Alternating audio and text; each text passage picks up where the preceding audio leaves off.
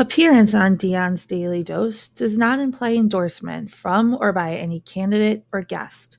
The views, thoughts, and opinions expressed by Dion Bergeron or Dion's Daily Dose are his own and do not represent the views, thoughts, and opinions of any guest. Material and information presented is for general information purposes only. The Dion's Daily Dose name in all forms and abbreviations are the property of its owners, and its use does not imply endorsement of or opposition to any specific organization, product, or service. If you'd like to support the show, please visit our Patreon at patreon.com/Dion's Daily Dose. Hello, ladies and gentlemen. Today is Wednesday, July 29th, 2020. I'm going to share with you a email that I got from the school. My wife had reached out to them to ask them if school was going to look like these videos that we've seen floating around. The video in particular that I'm talking about is from the Florida schools. I will show you what I'm talking about here. If you've not seen it yet, for those of you with school-age children, it's weird. It's very, very, very strange. This is from Florida. Granted, this is Manatee County. And I actually initially became aware of this. The wife saw a TikTok video and was like, "Oh, this is what school's going to look like." And I was like, for Florida, right? For Florida. And we actually reached out. Let me show you first here. So this is from Sarasota News and City Life, but here's the video that the school district of Manatee County has shared to show what school may look like. The school district of Manatee County is committed to keeping students and staff safe as they return to schools for the 2020-2021 school year. Students are scheduled to return to school on August 17th. The reopening plan represents the hard work of parents, district leaders, and educators who work together to develop comprehensive plans to ensure a safe return to school. Social distancing will be adhered to in all shared spaces, including classrooms, hallways, and cafeterias. Look, I was hoping I wouldn't do that. Look at these kids shuffling along. Effort will be made to in the hallway with their heads down, just shuffling along. Now, I don't know about you, but for me, this is more concerning than this virus. Look. Back it up. Social distancing will be adhered to in all shared spaces, including classrooms, hallways, and cafeterias. Every effort will be made to put as much distance between students as possible. Face masks or shield coverings are required to be worn inside all schools and district buildings. Coverings should follow dress code guidelines. Cloth masks will be provided to each student through their schools. Children will be randomly screened for signs of illness. Temperatures may be taken as they board the bus and enter school. Employees are required to have temperature checks daily upon arrival. All frequent touch points such as tabletops, doorknobs, and faucet handles, as well as desks and chairs, will be cleaned and sanitized daily. All schools will be deep cleaned on Wednesdays, and frequent hand washing will be part of the day. Meals will be prepackaged to limit exposure. Students will be seated to ensure social distancing. Outdoor seating will also be used where available. All food services areas will be cleaned and sanitized daily. For more information, we invite you to review. That's pretty much it. Here's my thoughts on this, right? So we've got these kids that are returning to school, and I'm going to tell you, Michigan City has already determined that their first semester is going to be online only. I don't know about other jurisdictions. LaPorte is still trying to figure theirs out. I know Porter County is, my understanding, they're going to be online. But what we did was we wrote an email to the school, wife did, to ask, so, what's it going to look like? So I'm gonna skip the names, obviously, but it says we've signed up my son for in-person school attendance. This is my wife's email. We have signed up Donovan for in-person school attendance, but I have to be honest that I am concerned about what school will look like for him in August. Many schools are coming out with videos and detailed plans about how kids will be kept separate via plexiglass dividers, prepackaged cold lunches, teachers wearing gloves, masks, and face shields, and extreme distancing. Is this similar to how MCAS will be conducting school in August? What are the details for how classrooms will look and how lunchtime will be done? Now, the response directly from the administration is, apologies for the delay in responding. You have likely now heard that we are returning online for all students and that school will be starting August 24th. You are correct in your assumption for what our physical spaces will look like when students do return in October, hopefully, and also in those places where students are still going to be receiving in-person instruction, AK Smith and some MCHS career tech classes. I do not have a video to share at this time, but I anticipate we will put something together like that prior to the return to in-person instruction. We most definitely have large amounts of sanitizer, mask partitions, etc., that will be utilized, and physical spacing has been planned. Here's more information and FAQs. Now, I'm going to give you the FAQ for it. I've linked this before, but here is the summary. Here is the point, right? It all comes down to what this means for our kids. Now, I played my son. I'm going to tell you, he was ready. Donovan, he was all set. He's got a gas mask. He's got a Israeli Defense Forces gas mask. He's had it for, this isn't just for the pandemic thing. He's had it for a while. And he was like, I'll just wear that, right? I'm good with that. No problem. He saw this video that I showed you earlier. And he said, no, that's too weird, right? It's too bizarre. It's freaky. I don't like it. We've got super distance between these kids. We've got these kids shuffling along the hallways like zombies. I'd rather keep them home. I'd rather keep them home and do online. It's not even an option initially because that's what MCHS has decided, or MCAS, Michigan City Area Schools has decided to do. Here is the link if you want to look at the Michigan City Schools reopening plan and FAQs. But moving on from that, let me share this with you. Today, I discovered that the CDC is taking comments. They're accepting comments on their intent. Now, look at this, 1,856 comments received, but when you actually click on view all, only 548 are displayed. Wonder why that is. But if you click on this notice, I'm going to share with you here, in accordance with the Federal Advisory Committee Act, the CDC announces the following meeting of the Advisory Committee on Immunization Practices, ACIP. This meeting is open to the public. Time will be available for public comment. The meeting will be webcast live via the World Wide Web. The meeting will be held on July 29th, 2020, from 10 a.m. to 4 p.m. Eastern Daylight Time. So time subject to change, right? Written comments must be received on or before July 30th, 2020. So you have until tomorrow. The meeting was apparently today. I did not see it. I did find this, though. For more information on ACIP, please visit the ACIP website, blah, blah, blah, blah, blah. Here's purpose, right? Here it is. The committee is charged with advising the director, CDC, on the use of immunizing agents.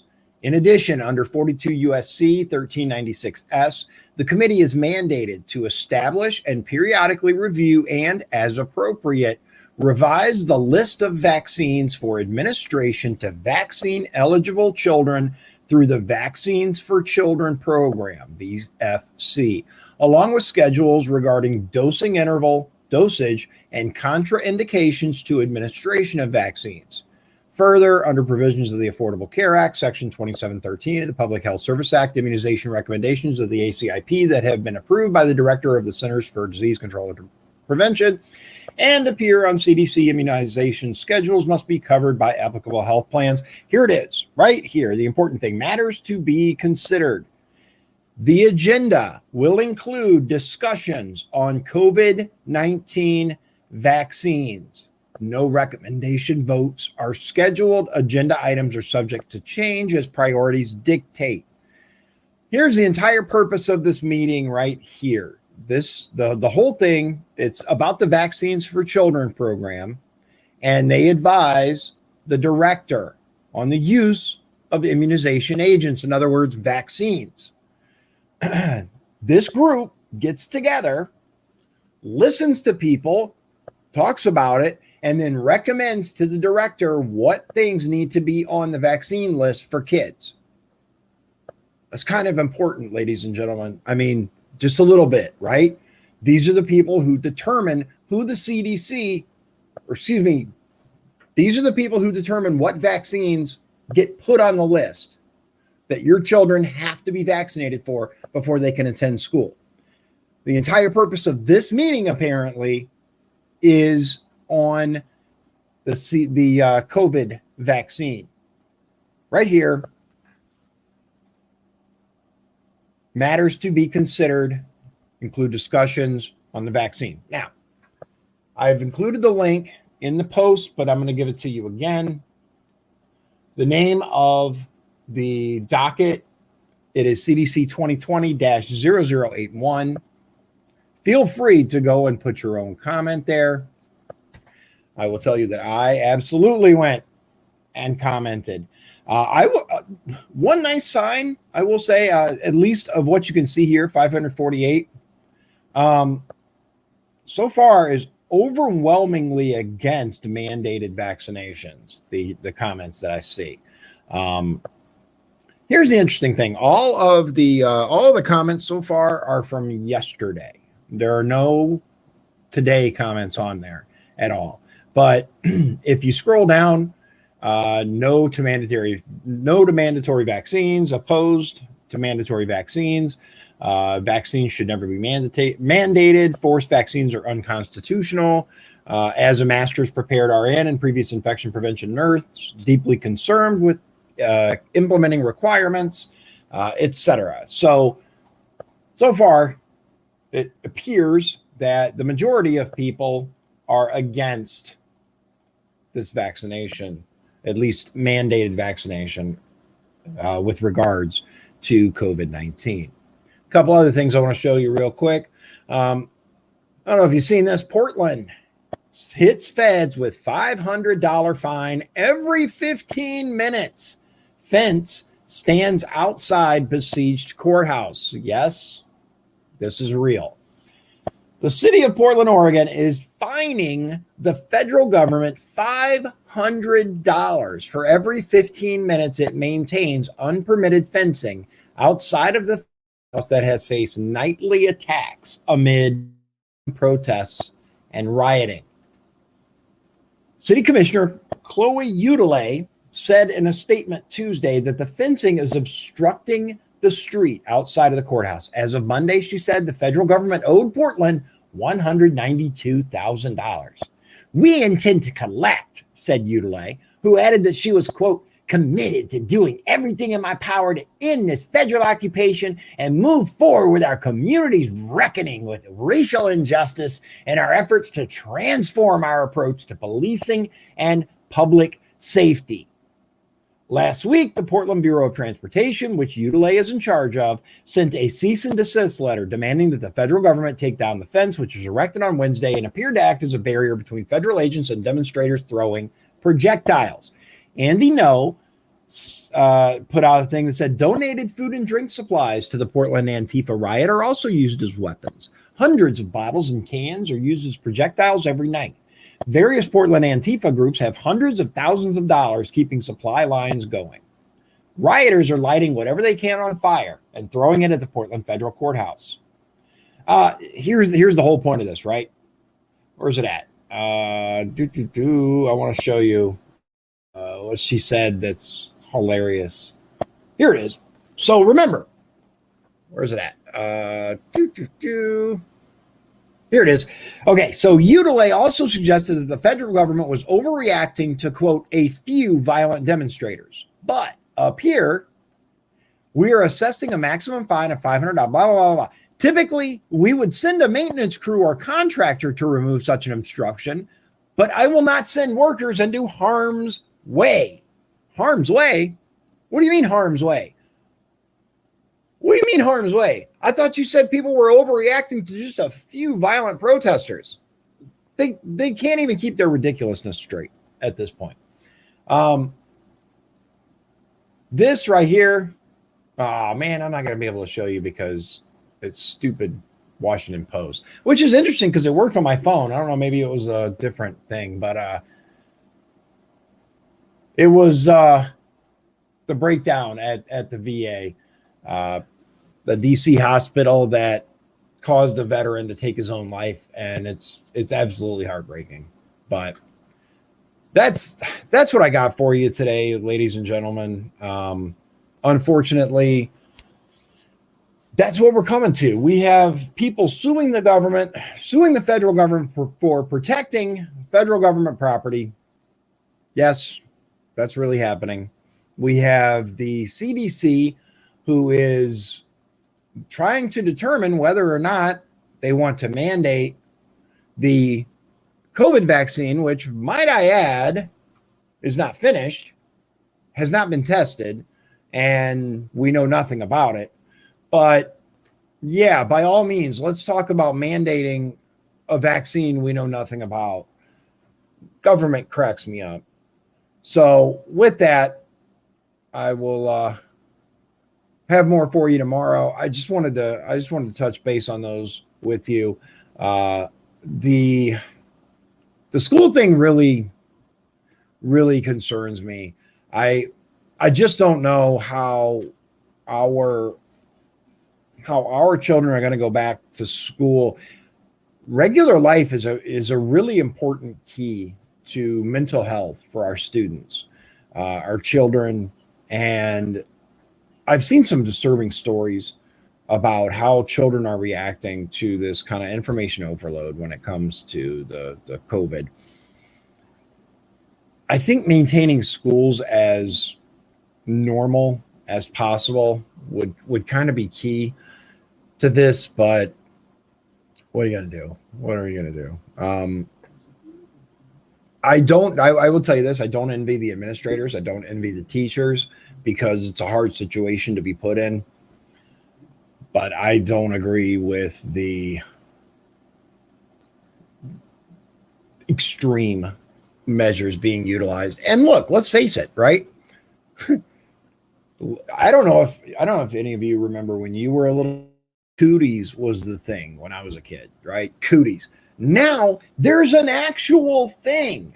There's an actual real life thing. Do you think for a moment these little kids aren't going to be like licking their hands and running around touching people? I mean, come on, man. Come on. That's how kids are. That's how kids are. And they've been able to be kids up until this. That's where we're at. So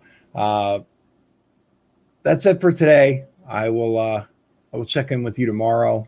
I'm gonna go knock some doors in Porter County tomorrow and get to talk to some more voters firsthand about what's on their minds. If you want me to hit your area, let me know, and I'll make it out there. So thank you very much for joining me once again.